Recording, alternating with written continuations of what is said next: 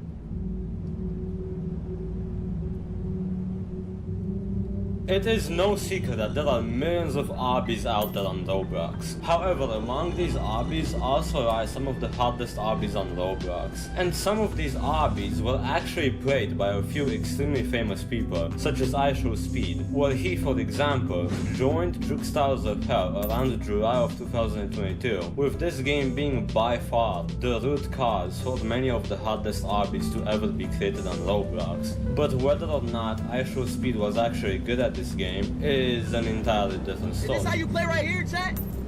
This how you? It's not. What is common sense, bro? Bro, this game about to piss me off, bro. I'm not playing this, bro. Oh, I did it! Bro.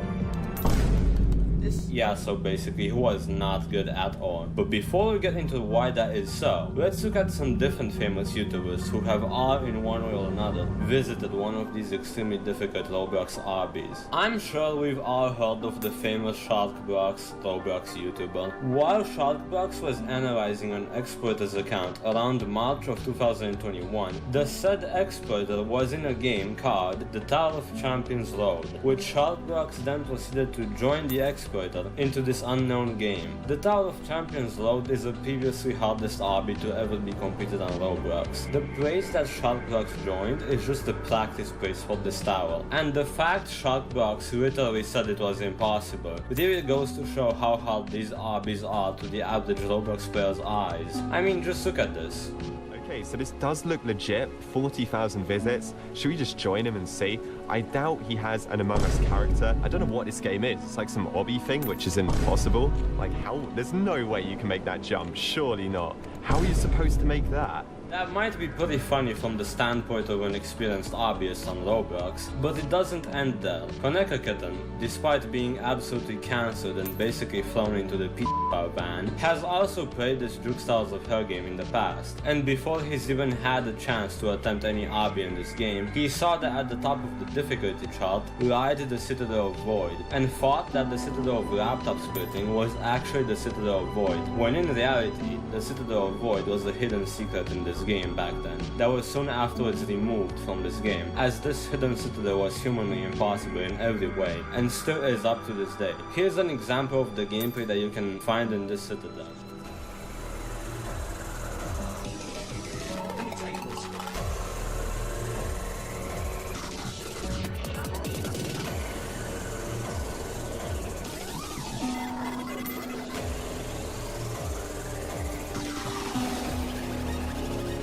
With that said, however, Koneko Kitten basically thought he was playing the hardest obby in the game, when in reality the citadel he did play is actually one of the easiest intense difficulty citadels in this game. And besides the citadel, Koneko also attempted multiple towers in this game, which obviously, as the title suggests, he couldn't complete any of these towers. And the same goes for IShowSpeed, where he also tried the citadel of laptop splitting. And unlike Koneko Kitten, IShowSpeed couldn't even get past the first section of the citadel, which once again is a prime example of how good some players really are in the obby community of Roblox, as this citadel is extremely easy for some obbyists on Roblox. Besides IShowSpeed though, another less famous YouTuber that's actually an obby YouTuber himself, with over 100,000 subscribers, actually actively plays the Juke Styles of Hell game. And not only that, Cultified has also played obbies for a total of 4 years. And what has Cultified achieved in 4 years exactly? Well, his hardest obby beaten is the Tower of Confusion, which is an insane difficulty tower in this Juke Styles of Hell game. Meanwhile, some unknown obbyists who have played the game for less than 3 years have gotten such dedication that they were even able to beat an obby such as IKEA Tower, which is the hardest tower to ever be beaten on Roblox. And every single jump in this tower by itself is above the insane difficulty that Cultified managed to complete.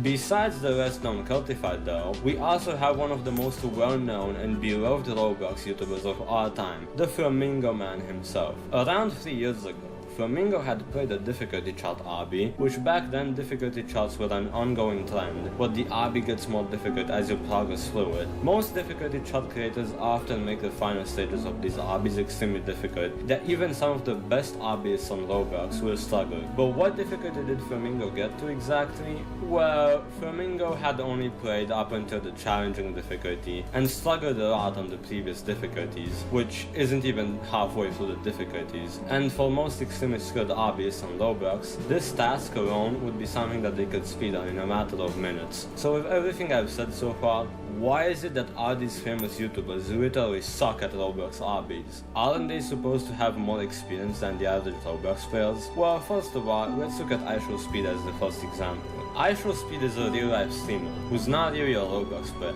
and had become famous worldwide from his insane reactions. This is pretty obvious if you have seen any of his reactions and streams, so that basically already answers why some YouTubers who have rarely visited Roblox, such as iShowSpeed, would really suck at obbies and skill-based Roblox games overall. It is not their main focus to improve at a random video game that's mostly played by less than 30% of their audience, when they could simply bark at people outside with over 10,000 people watching.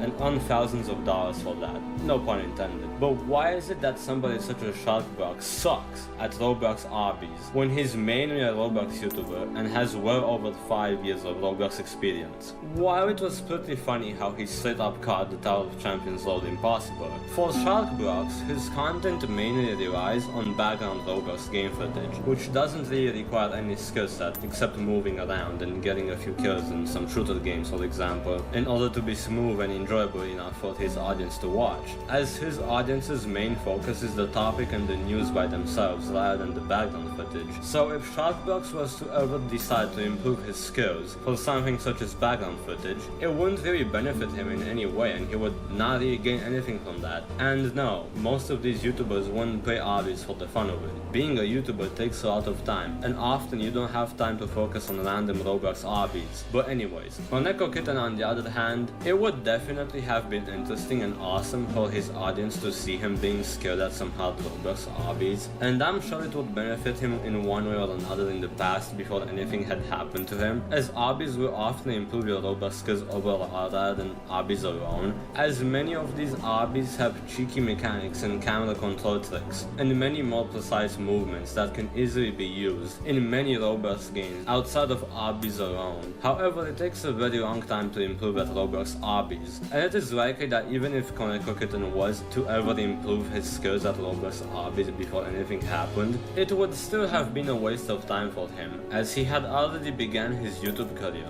from a much different variety of topics. But what about Cultified though? Isn't he literally an obby YouTuber? Why isn't Cultified better at obbies for how long he's played them for? Well, take what I'm about to say with a grain of salt, as this is mainly an assumption rather than real proof. Cultified's main goal is not to really be a good obbyist, but rather to enjoy the obbies he plays from what I have analyzed from his channel, along with entertaining his audience that actively watches his videos. While it could definitely benefit him if he was to ever become extremely good at obbies for his overall Roblox skills, I believe completing an insane in Juke Stars of Hell is already way beyond the average obby skill that Roblox players have, so Cultified is actually a pretty good obbyist. It does make sense though, as his channel is literally based on obbies. But for Flamingo, however, I think we already know the answer to this. Not even 1% of Flamingo's audience expects him to be good at obbies or anything skill-based really, and I doubt any of his audience actually cares like at all about how good he really is at skill-based Roblox games like obbies, as he's mainly a Roblox entertainment YouTuber, except for a few times where he did require skill but ultimately ended up losing. A prime example of this would be the RB Battle Season 3 event, which tested every YouTuber's skills to their fullest extent with a wide variety of games involving obbies and much more. But let's be honest, that literally doesn't matter at all for Flamingo,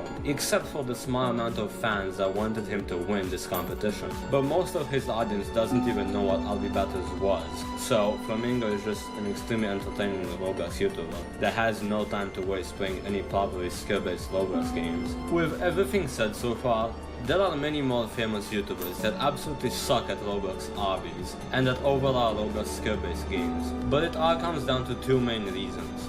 Why would these grown adults who have YouTube as their job waste their time improving their skill on a Lego game? And what is the point in improving your skills on a Lego game when instead you are able to entertain a much bigger audience that is always excited to watch you for who you are? And even when these YouTubers are forced to do a Roblox obby for any form of competition or an event, the audience is still excited to watch them, even if they end up failing when it comes to being skillful on a Roblox game. In the end of everything, I myself aim towards a Roblox audience who is interested in extremely skill-based Roblox topics. So if you enjoyed this video, please ignore my horrible voice and subscribe and like this video. It truly means a lot to me as a 16-year-old with big dreams on this platform.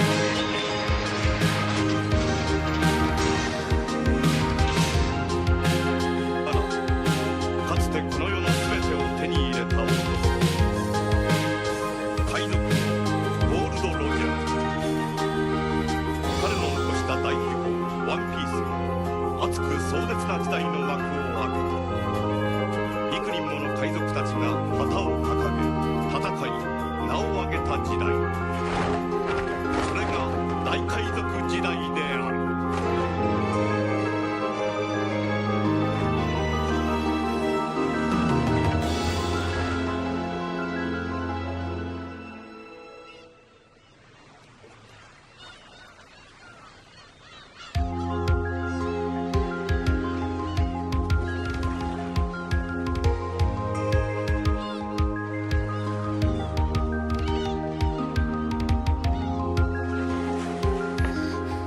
私は1ヶ月分の食料を積んだつもりよ。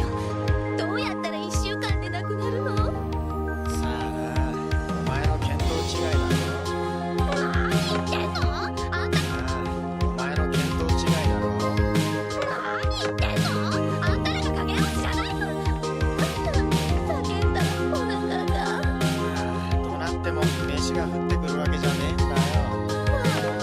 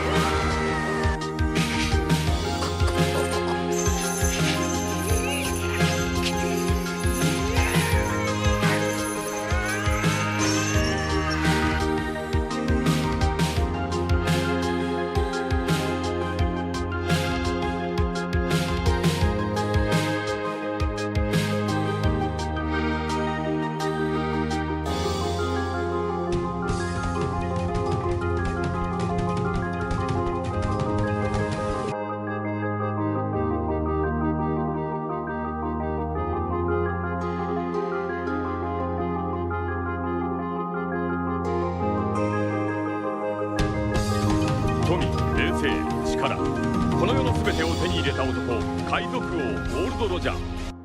力、この世の全てを手に入れた男、海賊王ゴールド・ロジャー。彼の死に際に放った一言は人々を海へ駆り立てた。俺の財宝か、欲しけりゃくれてやる。探せ、この世の全てをそこに置いてきた。男たちはグランドラインを目指し夢を追い続ける。世はまさに大海賊時代。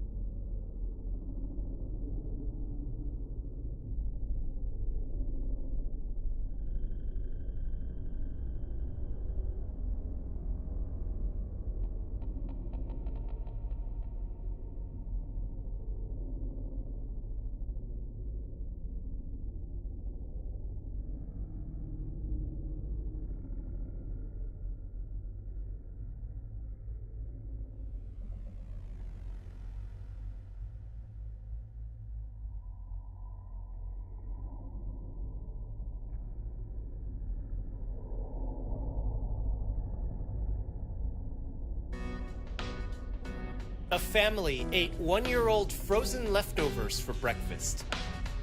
This is what happened to their organs. DC is a 45-year-old man presenting to the emergency room with nausea, vomiting, and diffuse bleeding. He tells the admitting physician that a burning sensation had permeated just below his chest when he got to work that morning, and that very quickly, pain started to consume his entire body. Earlier that day, DC was having breakfast with his wife and kids. All 3 adult children had been home for the holiday, and to commemorate the first morning on the day back to work and school, DC's wife, MC, prepared a little something special. DC and MC were from a town where fermented corn noodles were a local tradition. A year earlier, MC had prepared a batch of these noodles for a special occasion. During preparation, everything was fine. The noodles looked, tasted, and smelled totally okay, so absolutely everything was no problem. She packed them up and put them in the freezer, and they were there for a year before she prepped them for this special holiday breakfast. The older son, Ace, really despised these noodles. Ever since he was a kid, he couldn't stand the texture. They were served in a sour soup that he just couldn't handle. The taste was always off-putting to him, so during this meal, he elected to have his potato chips instead. Sitting across from him, and the complete opposite, was his younger sister, SC, who loved the noodles. She loved to make fun of this older brother of hers who just wasn't having any of it. Despite being working adults earlier in their career, they were still children in their parents' eyes, and they still fought like they did when they were children. To SC, her brother's loss was simply her gain. And it wasn't only her gain. The youngest, BC, maybe the parents' favorite, was still a college student, and he intensely enjoyed the noodles. He loved them as he not only finished his share, but his parents kept giving him more and more. It was so delicious, and he ate so fast that he almost choked on them. The breakfast was done. It was time to go back, full and satisfied at such a fantastic breakfast. As head of household left first for the office. He felt full and satisfied at such a fantastic breakfast. BC, the youngest, left to head back to his college dorm so that he could study for an upcoming quiz. Ace had to head out back to his apartment in the neighboring city, but not without making fun of his sister SC on the way out. And finally, SC had to go get ready for work herself as Mother MC stayed back to clean up, happy that everyone enjoyed a delicious and nutritious celebratory breakfast. And everything was great, but in less than an hour, something was wrong. While she was putting away the dishes, MC started feeling bloated. At first, it was just some abdominal discomfort, but a piercing sensation started rippling through her body, and she needed to sit down. She felt like her head was pounding. Getting up, MC tried to wash the dishes, but her legs felt weak, and she felt her guts quake and shake like they were trying to squeeze everything that she had just eaten back up. When she was finished, she went over to the couch to try and relax because she thought she could sleep this off. Hours after eating his delicious breakfast, BC had gotten back to his dorm room. It was time to get back into the groove of things and study for his upcoming quiz. Unlike his mom, he had been feeling great on the way back to school. He was even feeling great when he started studying, but the air in this room felt kind of stale. Something was off. When he started coughing, he felt something move in his stomach. He wasn't sure what was going on. Maybe something was stuck in his throat. He stood up to change the position of his body, but then it felt like his insides were getting dragged towards his feet, and he could see the floor start to spin. On the chair, in a world of hurt, BC was gasping for air, unable to understand where the sudden pain came from. His head felt like it was pounding, and the rhythm of each pulse of pain sent waves through his entire body. It was unlike anything he had ever experienced before. It knocked the wind out of him as he was brought down to the ground. At the office, Sister SC was working. Sometimes being here caused her stress to the point of weird bowel movements. An awkward coworker, who she didn't really like, would walk over to the fridge to get drinks. This particular person made everyone uncomfortable, especially when he would wear shorts to work. SC didn't like being at her desk most of the time, but this time she felt a discomfort like never before. It started in her chest, but she wasn't sure where. Then it became a cough, but the more she coughed, the more intense the pain became. And then her head started pounding. As she tried to get up to go to the bathroom, her legs felt weak, and then suddenly they gave out. In a fetal position on the floor, SC rocked back and forth to try to stave off the waves of pain quaking in her stomach. At his studio, Father DC was also working. Breakfast was 3 hours ago now, and it was almost time for lunch. When he got to work, he could feel a dull, burning sensation just below his chest. He wasn't sure if he was bloating. It was getting harder to concentrate. DC took a sip of water, but as it touched the back of his throat, a sensation rippled through his nose, and the water came right back up. A burning pain radiated through his body as he suddenly felt like his eyes were pushing out of his skull. On the ground, sweating, DC could only huddle over because the hurt was so intense. As minutes passed, he was able to gather enough strength to go to the bathroom to try and empty his stomach into the toilet, but nothing he did would help, as he calls for an ambulance, and he's the first family member brought to the emergency room, where we are now. At examination, the medical team could see that DC was in severe pain. They gave him medicines for it, but other than that, they couldn't really find anything wrong physically. But a blood test finds that DC has hyperglycemia. Hyper meaning high, glyce from ancient Greek referring to sugar or glucose, and emia meaning presence in blood. High sugar presence in blood. DC never got to eat lunch, but his most recent meal was 1-year-old frozen leftover noodles, which were made from fermented corn and thus made of carbohydrates, which are broken down to sugar by the body. This meal could explain his hyperglycemia, but the body releases insulin after one eats a meal to force sugar in the blood from the meal into the body's cells to be used for energy. This prevents hyperglycemia, so the carbs from the noodles can't be the cause of his hyperglycemia, but the liver stores sugar as part of its normal function. If it's not functioning normally, it could leak these stores out, causing high sugar presence in blood. Another blood test reveals that DC's kidneys and his liver have started to shut down. Put together, this suggests that his hyperglycemia is because of liver dysfunction.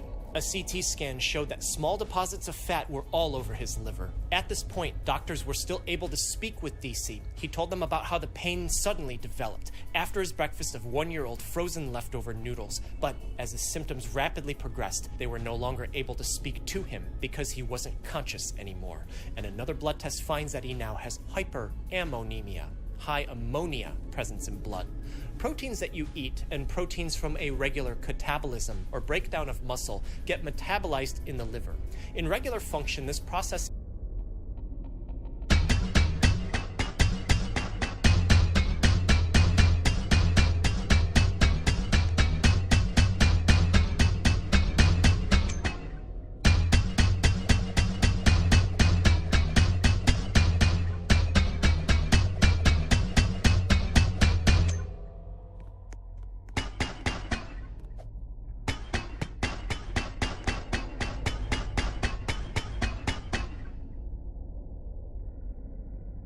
results in a chemical called urea, which is eliminated from the body through the urine.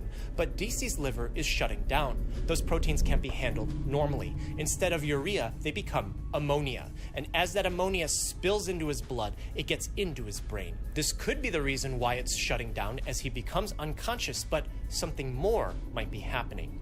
In the bed next to DC was another newly admitted patient, BC, a 21-year-old man who told the same doctors about a sudden onset nausea, vomiting, and severe abdominal pain that came just a few hours after eating 1-year-old frozen leftovers.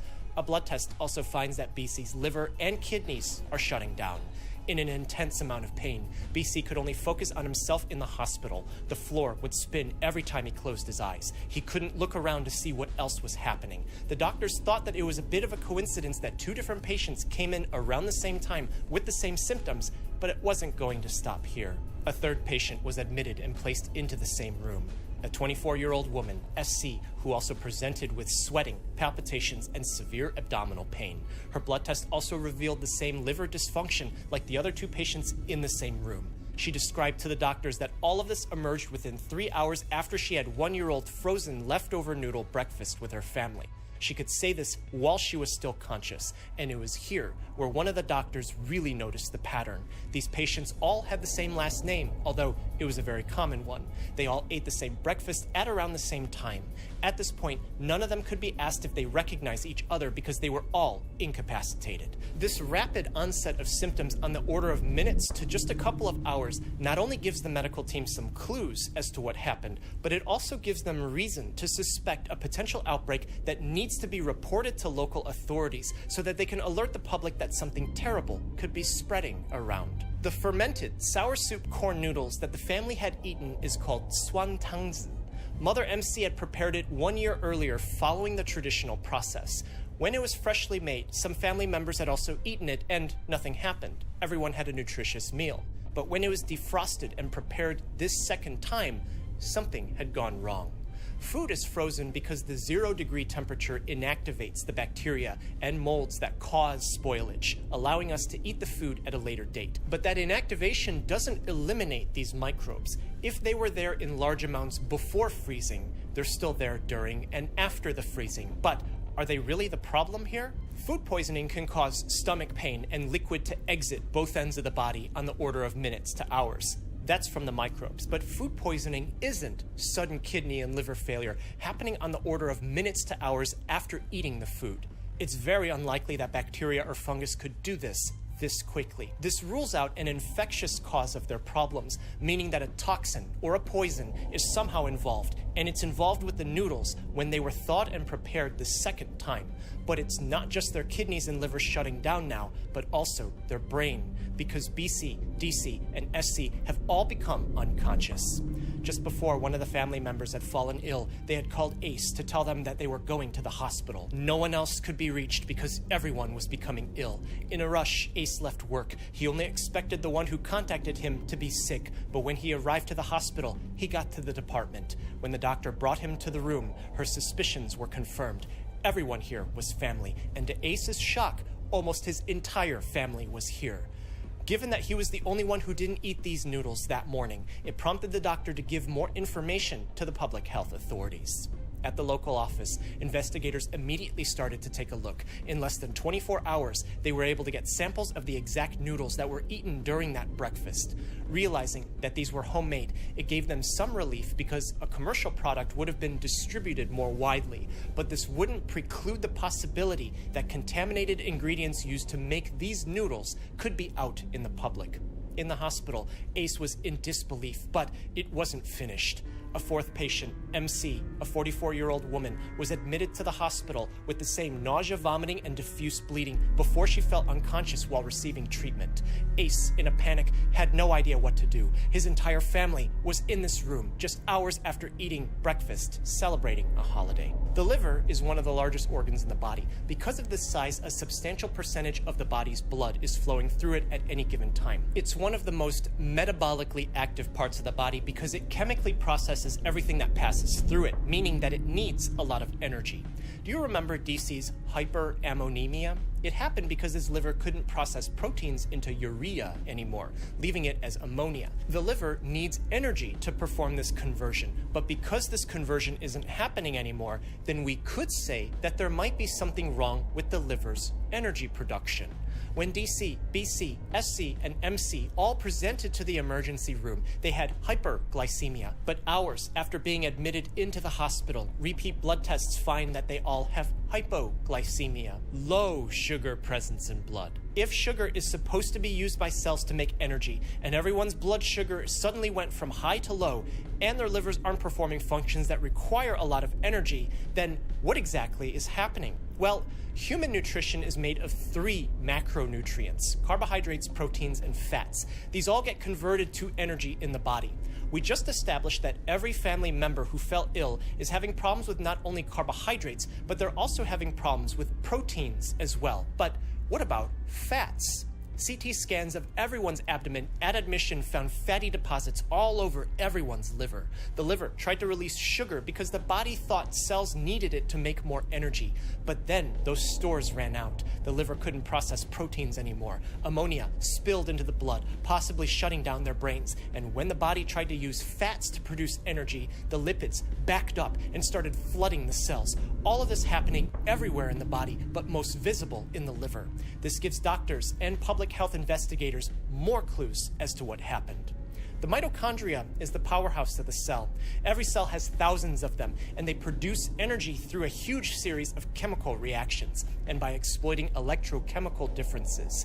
Because this process is so long and so complex with so many moving parts, it means that there's a high potential for exogenous substances to disrupt any single part, shutting down the entire process. For example, cyanide shuts down electrical activity here in the mitochondria, starving cells of energy. Aspirin, in very large doses, dissipates the electrochemical difference, preventing the final step of energy production. and a medicine used for seizures and migraine, among other ailments, known as valproic acid, can sometimes stop the processing of fats for energy in the mitochondria and causing fats to spill out into the cell. But none of these substances were in the fermented corn noodles that the family ate, so what exactly was there? When the 4 family members presented to the emergency room, doctors had pumped their stomachs. At the time, they weren't sure exactly what happened, and this was a measure that could possibly mitigate some of the issues that they were having. Public health investigators examined that fluid and compared it to the findings from the samples of noodles that they collected at the house. And what they found is Burkholderia gladioli. It's found in soil. Investigators didn't find this bacteria on the noodle samples, and that should make sense because the noodles were cooked, and cooking kills bacteria. But investigators knew it was present on these noodles at some point after they were frozen and before they were eaten by the family, because on the surface they detected something that's made only by Burkholderia gladioli when it's on fermenting corn. This toxin is heat stable. Cooking doesn't destroy it, it doesn't smell, and it doesn't change the color of the food that it's on.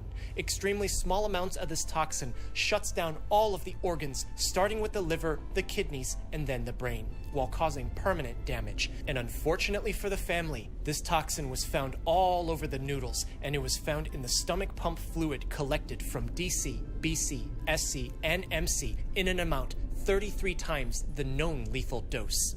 This toxin is named bonchrecic acid.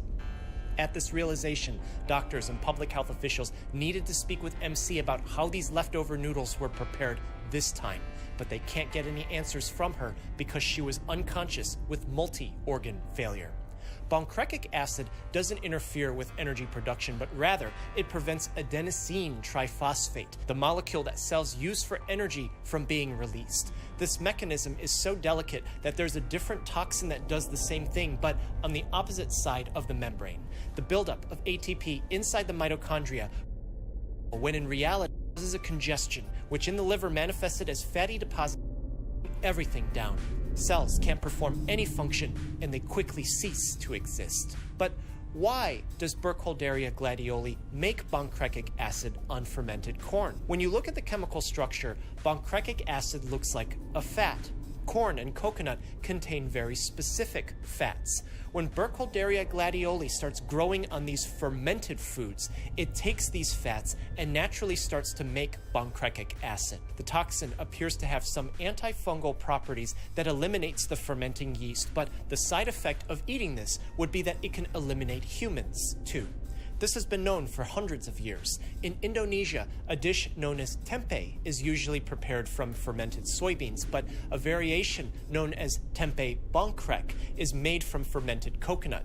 In the 1930s, during economic downturn, people started to make their own tempeh bongkrek from abundant coconuts rather than buy it prepared from experienced producers. The inexperience in preparation would manifest as a fatal food poisoning, which started to happen so frequently that 2 Dutch scientists set out to examine why it was happening. They identified that a bacteria named Pseudomonas cocovenenans had grown on the fermented coconut and had made 3 different chemicals, the most toxic one known now as bonchrecic acid. When the genes of Pseudomonas cocovenenans was analyzed several years later, it was renamed to Burkholderia gladioli, Pathovar cocovenenans. This bacteria is commonly found on plants and soil, but soybean tempeh and grain and oat tempeh can't be contaminated by it because none of these have the same fatty acid composition, inhibiting growth of Burkholderia gladioli and preventing the production of bonchrecic acid.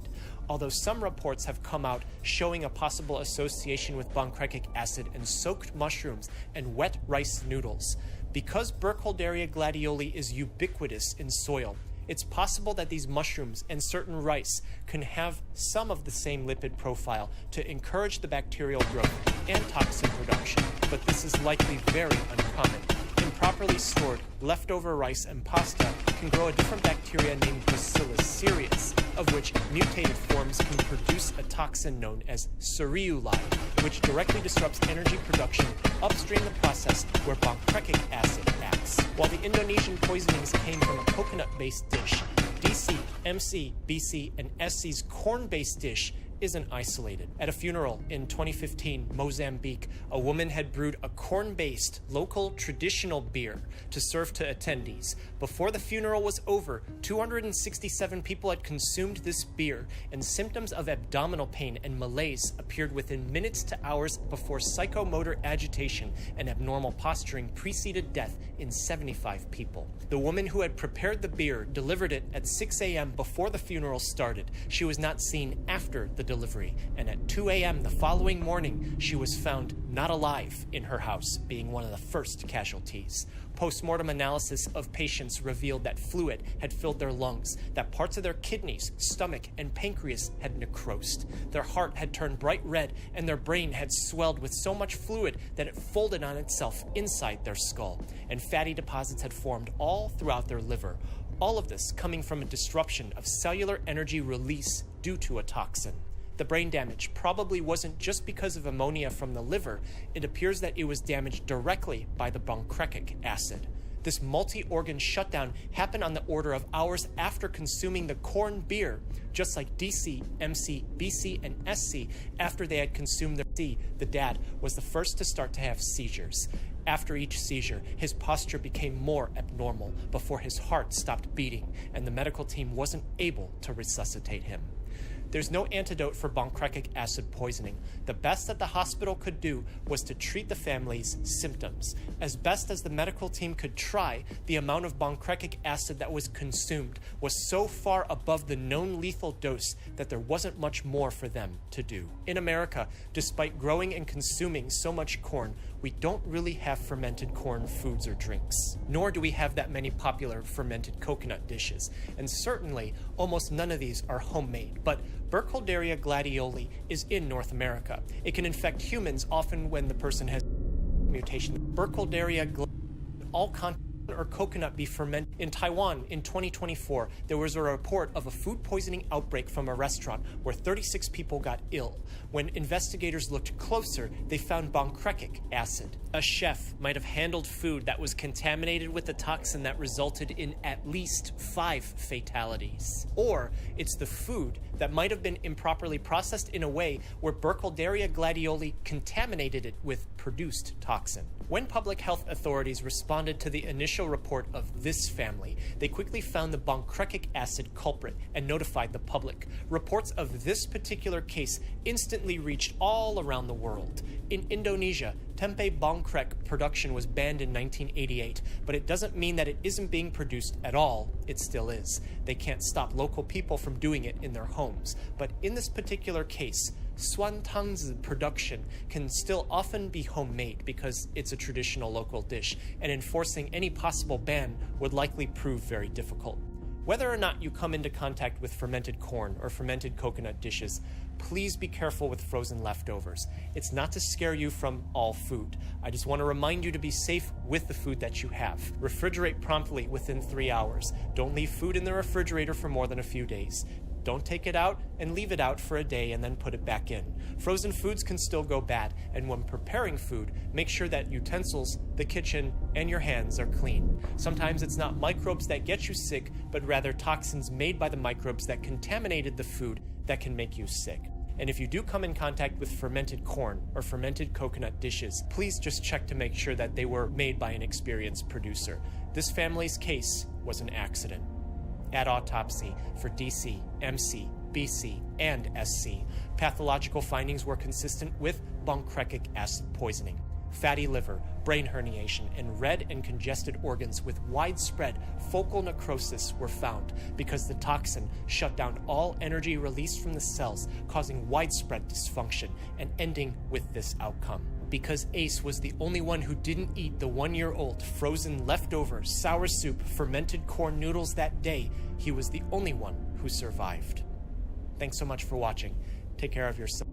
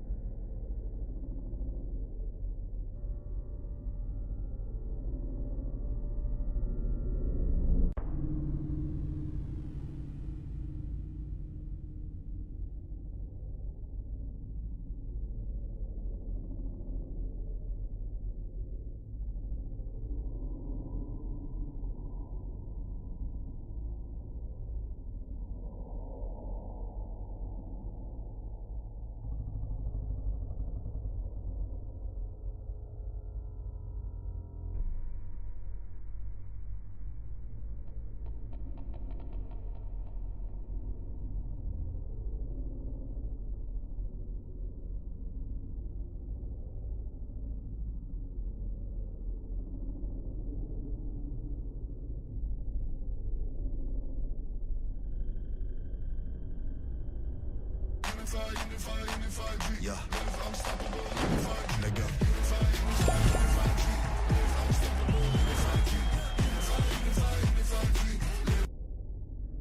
I'm a former Mr. Beast employee, and today I am alleging that the company rigged videos and did illegal lotteries and sold fake signatures. I would consider that fraud, okay? Bro, I swear to God, the moment Chris Tyson decided to touch little children, everything went to hell for Mr. Beast. In under a week, there's been hundreds of videos that have come out exposing Mr. Beast. But there's one video in particular that I found from an ex-Mr. Beast employee, a video that has proof to back up all of its claims, and funnily enough, won't show up in the search bar if you try to look it up. It got completely shadow banned off of YouTube. But you may be wondering, what are these claims? Mr. Beast is being accused of faking his videos, lying to his audience on multiple occasions, faking timers to make his videos have a better story, faking live streams, and last but not least, hosting illegal sweepstakes and incentivizing children to gamble. Oh yeah, did I also mention illegal lotteries? Okay. Let's slow down for a second here. Let me give you some context. Basically, this dude called Dawson was a former Mr. Beast employee, and he started all of this drama with this video on Twitter. My name's Dawson. I worked at Mr. Beast from February to May of this year, 2024. Chris is the tip of the iceberg.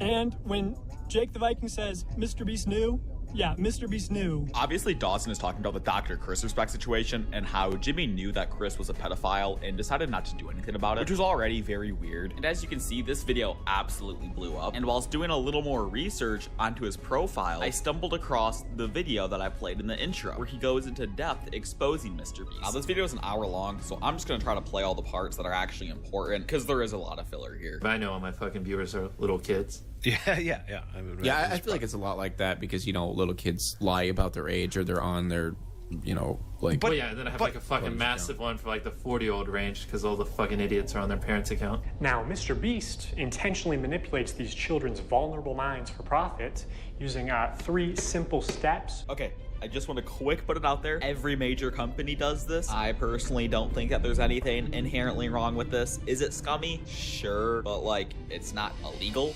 Unlike hosting illegal lotteries. Step 1 is getting the viewer to associate the brand with trust and authority. Mr. Beast videos are real, and he's a great guy that gives away big rewards. Step 2 is showing the viewers that when people interact with Mr. Beast in a way that benefits Mr. Beast, when they do what he tells them to do, they win big rewards. Is he subscribed? You are subscribed. Here's some money. Have a good day. When people are devout followers of Mr. Beast, they get rewarded. And step 3 is finally calling on the viewer to act in some way that benefits the brand, promising big rewards in return. Now it's your turn to do what Mr. Beast tells you, and you will win big rewards. But you actually won't unless you're famous or friends or family of a Mr. Beast employee. All right, so I see a lot of YouTubers do this, not just Mr. Beast. Now, that obviously doesn't make it morally right, but once again, it's not illegal in this case. Like YouTubers who make YouTube shorts were like, if this person buys my product, I'll give them $1 bajillion. And they'll always say, buy my product to have the chance of winning big. And obviously that's super scummy, but once again, it's not inherently illegal, so I'll still give Jimmy the pass on this one. I also went to the form that was shown in the email that Dawson put up on the screen, and I'm pretty sure if you don't put a Mr. Beast employee right here, you don't even have a chance of getting accepted. Like, you just fill all of this out, and I feel like filling all of this out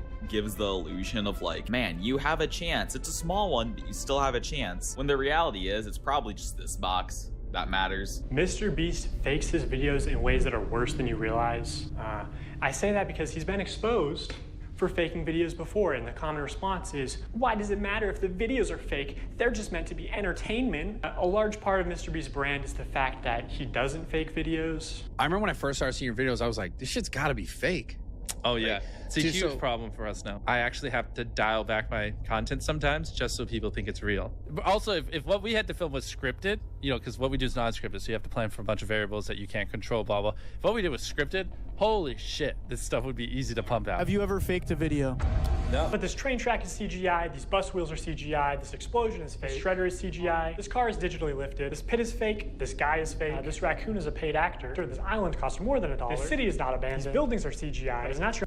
This raccoon is a paid actor. This island costs more than $1. This city is not abandoned. These buildings are CGI. It's not your only way out. You can literally get an Uber to the airport for $20. That's not a lurker. It's just a guy. This whole room is fake. This contestant is an actor and a secret employee at Mr. Beast. They had him dive through this fake door twice. This line is scripted. This action is scripted. In fact, pretty much all the videos with Mac are scripted. No, not Mac. He was actually the chill Mr. Beast member. I'm gonna be honest. I'm completely fine with Mac because he's replacing Chris Tyson. It just kind of sucks that the videos are scripted. I feel like we all kind of knew that at the end of the day that the videos are scripted, but I'll keep letting him explain.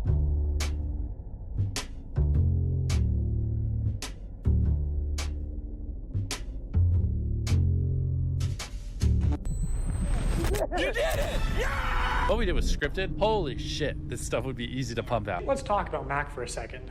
We will die. Do you understand that? I found public records showing that Mac moved from California to Greenville, North Carolina, where Jimmy is located, back in August 2023, 2 months before he appeared as a contestant. According to a former Mr. Beast employee, this is around the time when Mac started working full-time on the editing team at Mr. Beast. Also, he didn't just move into any old house, he moved into a $1 million mansion. I used to watch Eric a lot before he got like exposed and stuff, and I feel like this is basic information. Like, don't we all know that he went from Eric's crew to Mr. Beast's crew? It's not like he's some random person. Like, Mac was Eric's editor, and he was a good editor. So I'm assuming he went over to Mr. Beast because he knows how to be a camera person. He knows how to interact in front of a camera for storylines. In my opinion, that's common sense. I kind of thought that was common sense to everyone, but it's still good information to put out there. During this time lapse on the 4th day of 7 days stranded at sea, you can clearly see there's no one in the shelter. These are their empty beds. But after a hard cut, magically 5 people are awake, and 2 of the boys have bright yellow raincoats that they didn't have when it rained on day 2. And after standing the whole night completely soaked... You didn't spend the night soaked, Jimmy. You slept on the production yacht. It's ironic because this is one of the videos where they claim that they don't fake things. But no, we have to be the real channel that doesn't fake things. I honestly think this is the worst form of faking that you can do, because not only are you faking the video, you're also claiming that you're not faking the video. In the video, you just fake. He goes into more depth explaining about how he fakes videos. Just know that Mr. Beast fakes videos. Is loading time cutting into family time? Enjoy smooth streaming on a new big screen TV when you upgrade to faster Wi-Fi with speeds of up to 2 Gbps. Switch to Max's Home Fiber. Mr. Beast has just been exposed in a viral video, and it is getting bad. So last time we talked about the Chris Tyson situation, where Mr. Beast's childhood friend been exposed in a viral video, and it is getting bad. So last time we talked about the Chris Tyson situation, where Mr. Beast's childhood friend Chris was exposed for talking to minors in very weird ways and being a PDF file. But it turns out Jimmy also has plenty of skeletons in his closet. A recent video by Dogpack404 has gone viral titled, "I worked for Mr. Beast and he's a fraud," with some serious allegations made towards Mr. Beast. Some of them include faking his videos, promoting gambling to children, conducting illegal lotteries, rigging games and videos which involve millions of dollars in prize money, which is also a crime, not giving out the prizes that he promises, false advertising, exploitation, and a whole lot of stuff, right? And the thing is, this video did not even show up in the YouTube search bar for several days, despite having 200k views, which is seriously suspicious and very much looks like a shadow ban. So let's get into this video, break this down, starting with the allegation that Mr. Beast is faking videos. Also, if what we had to film was scripted, you know, because what we do is not scripted, so you have to plan for a bunch of variables that you can't control, blah, blah. If what we did was scripted, holy shit, this stuff would be easy to pump out. Have you ever faked a video? No. But this train track is CGI, these bus wheels are CGI, this explosion is fake, this shredder is CGI, this car is digitally lifted, this pit is fake, this guy is fake, this raccoon is a paid actor, this island costs more than $1, this city is not abandoned, these buildings are CGI, it's not your only way out, you can literally get an Uber to the airport for $20. That's not a lurker, it's just a guy. This whole room is fake, this contestant is an actor and a secret employee at Mr. Beast, they had him dive through this fake door twice, this line is scripted, this action is scripted, in fact, pretty much all the videos with Mac are scripted.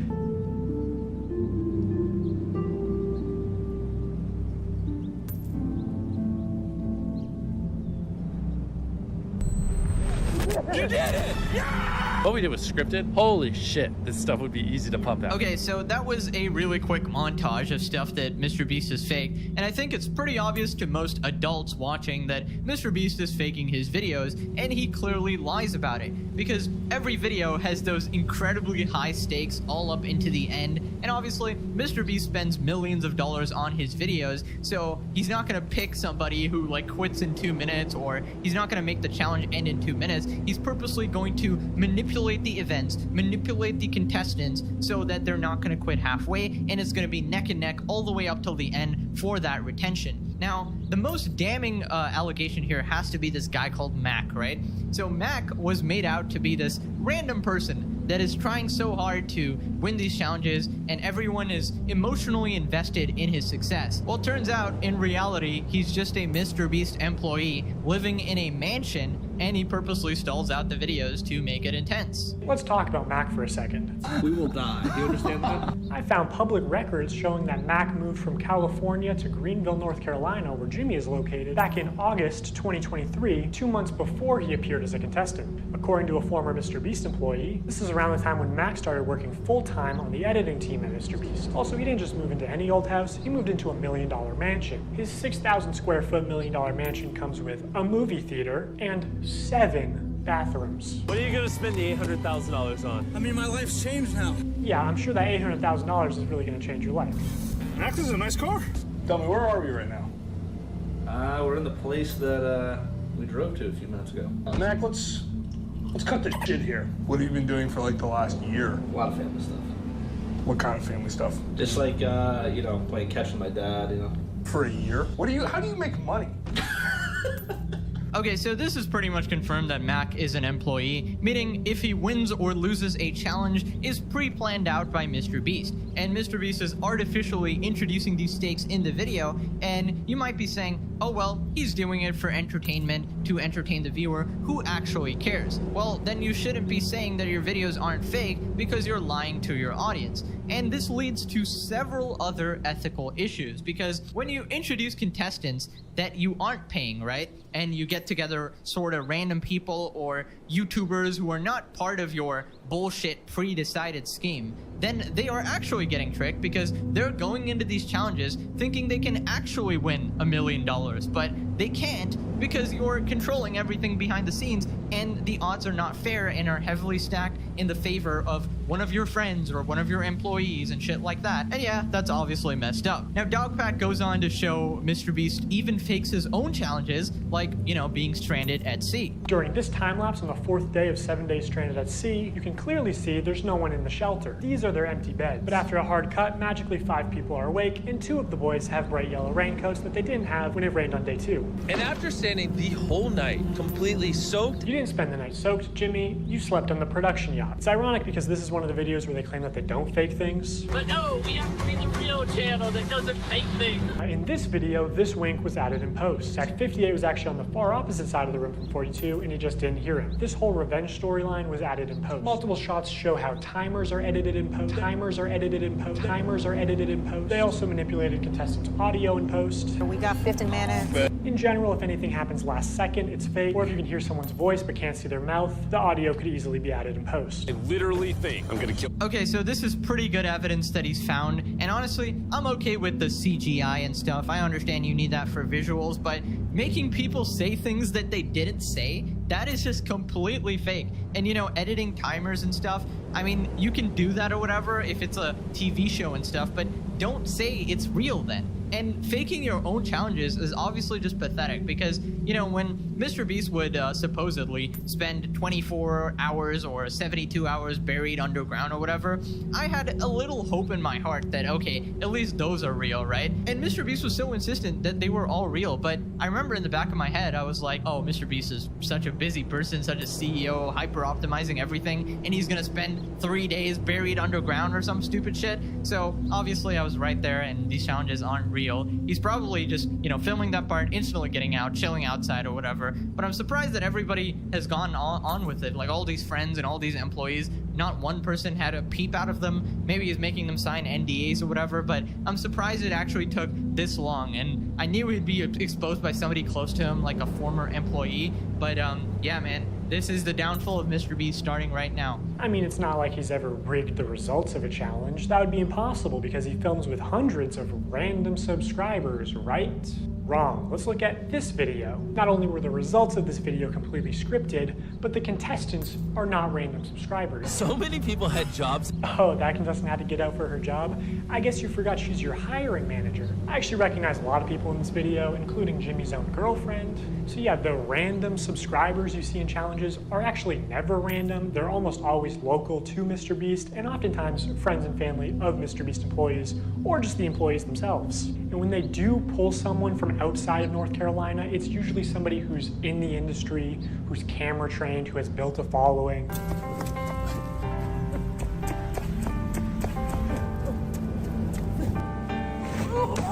And what's even worse is that the results of this video were completely scripted. According to a former Mr. Beast employee, it would have been a PR problem if the boys had won by a lot. And because so many of the female contestants were Mr. Beast employees who got out immediately, production stepped in to actually make the results of the challenge closer. You can actually see some of this happen on camera, like when Jimmy pays one of the boys $10,000 to leave, which is twice as much as the actual prize money. All right, so essentially everything is fabricated. See, the problem here is that this stuff is borderline illegal. Because, you know, what if I'm one of the contestants that actually wasn't bought and paid for, right? I imagine at least one out of these 100 person is like an actual real person here, right? And not just friends and family. So what if I'm here spending 3 days and nights here trying to win some money, and I'm taking a break from work or whatever, and then I get eliminated and I'm like, oh damn, I didn't win. But then I realize after watching this video that the other 90% of the contestants are just your friends, your girlfriend, your whatever the heck, and they were going to win anyways. And you're scamming the legit people who came there to win some money. That is some really scummy behavior. And I gotta take the L here, guys. You guys remember Rosanna Pansino? She was this YouTuber who has been calling out Mr. Beast on Twitter for faking his hide and seek challenge. And she essentially said that she was supposed to place maybe like second place in the hide and seek or something like that. And, you know, everyone was like, oh, you're being petty. Who cares? Who actually cares, right? And I even criticized her before. But after looking into it a little bit more, she was right. If she thought she could actually, you know, win some money there, or thought it was legit and Mr. Beast was rigging the results or whatever, somebody actually broke the rules of the challenge and stuff, and they weren't called out, but she was actually eliminated. And I've defended him a lot of times against people who would criticize his charity and stuff, but there is just overwhelming evidence now that shows Jimmy is shady as F. So I'm gonna apologize. I'm sorry, Rosanna. But anyways, moving on to Mr. Beast's real-time video, which I knew would, like, that was the instant one where I was texting people like, this is fake. This, like, there's no way. This is a real-time video, meaning that time elapses the same in the video as it does in real life. Now, immediately the intro is sped up, and the timer is clearly added in post, and he clearly touches the laser here, but whatever, let's assume that it's all real time. When he reaches the bottom floor, he has to turn these water valves. Now you can tell that these valves aren't actually connected to anything because the water flows out in an instant, and it happens when he's not even touching the valve. The contestant also goes back to the first valve unaware that anything had happened, and he's still able to spin it. So the valve seems to spin freely and isn't actually connected to the flow of water. So you could assume that producers might be off camera with remote switches to trigger the flow of water. And assuming they've tested this, the producers might know how long it takes for the water to clear out of the room, so they could sort of decide on the fly how many turns of the valve it takes, or just when to trigger the water in general to make the results close. And in traditional media, this kind of rigging is actually completely illegal. On any kind of a game show where there is a prize, you have to have somebody that ensures that it's fair. They are out there essentially to make sure that we don't do something that would favor one player or one tribe. I paid the one guy who knew how to solve them to leave. They came to my area many times, and I was in the smallest cupboard. Okay, so pretty much every video that ends at 0.001 seconds before finishing, and it's like super close, obviously it's fake, and Mr. Beast has fabricated that for you, making the video more interesting. Because in reality, it would probably end like 5 minutes before and randomly, and that would just be lame with no tension. Pretty sure this is not following the law, so Mr. Beast needs Saul Goodman ASAP, because if any of these people decide to, you know, sue Mr. Beast, they are going to win. they are going to win. You can prove a lot of this stuff with the evidence this guy's used in this video. So anyways, moving on to the one bad part of this guy's video. This should probably have been left out. He basically says the banner on MrBeast's channel, the subscribe for a cookie, is manipulative, which it's a bit of a stretch. Now, as adults, we can recognize that subscribe for a cookie is a joke. It's not a real offer, but again, MrBeast's audience is primarily children who may have authorities in their life that actually use sweet treats or video game detentions as forms of reinforcement, and you aren't born understanding sarcasm. Okay, just gonna be fair here, that is a bit of a weak point, but it doesn't invalidate all the other points in this video like some people were saying. This guy has made a shit ton of good points in this video, right? I get the context he's going for because there is a lot of subtle manipulation of children going on here, especially with subscribe and you win $10,000, and it's actually just buying a lottery ticket essentially for 7-year-olds. PewDiePie has also called this out before. Keep in mind he's reacting to a Darman video, but it applies to the MrBeast one as well, which is why it's edited like that. If you guys want to win a brand new PS5, all you have to do is subscribe to my channel. I can't believe people are still doing fucking giveaways. Holy shit, it's so annoying. 10 years of YouTube, people are still like buying subs for this shit. So over the next 7 days, I'm going to be giving 1,000 random people that subscribe a free Samsung Galaxy S24. How is this legal? I don't get it. All you have to do is subscribe to your channel. All you have to do to enter to win one of these phones is subscribe. It's a scam. Holy shit. Okay, so PewDiePie is completely right there in saying that it's mostly a scam. The problem with these sort of giveaways is that it's extremely shady and it's never sort of confirmed that who's actually getting all the stuff, and it's never properly announced. First off, MrBeast is never losing money, all right? He's like making an insane profit every single time when he does one of these, like buy my merch for a chance to win X amount of money. Like the merch sales will always make more money. It's kind of like gambling at the casino. The house never loses, right? It is always rigged so that you will be the one who's losing money.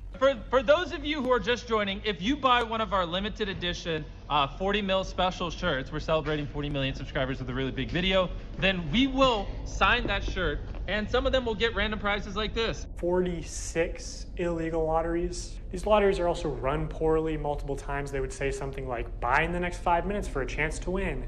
And then 7 minutes later go, actually, the newest order in 30 seconds is gonna win. In 5 minutes, we're gonna do the same thing again. We're gonna put $1,000 in a random order. Hey, Daryl, don't we owe someone $1,000? We do.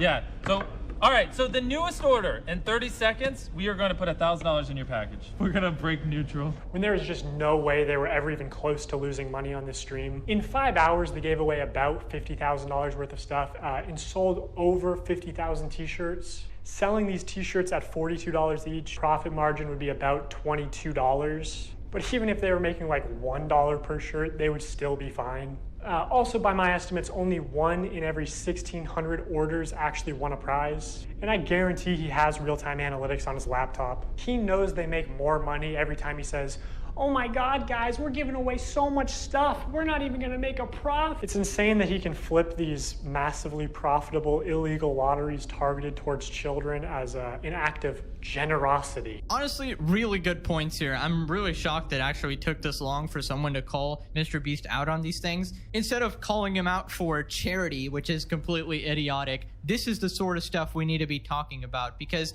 this is somehow getting past the legality, right? Because this is on YouTube, and all of the stuff he's doing is pretty much illegal if he was doing it on TV or traditional media. Even on YouTube, it's a weird gray line, okay? So I don't know if any lawyers watching, you want to go ahead and investigate this? When you promise the audience that, oh, next person that buys it in 5 minutes wins $10,000, and then you nonchalantly say, whoops, you know, changing that, actually the next person in the next 2 minutes, like, you're just changing the rules every single time. What about the person who specifically bought after 5 minutes after you said, just to try and win some money or whatever? They obviously got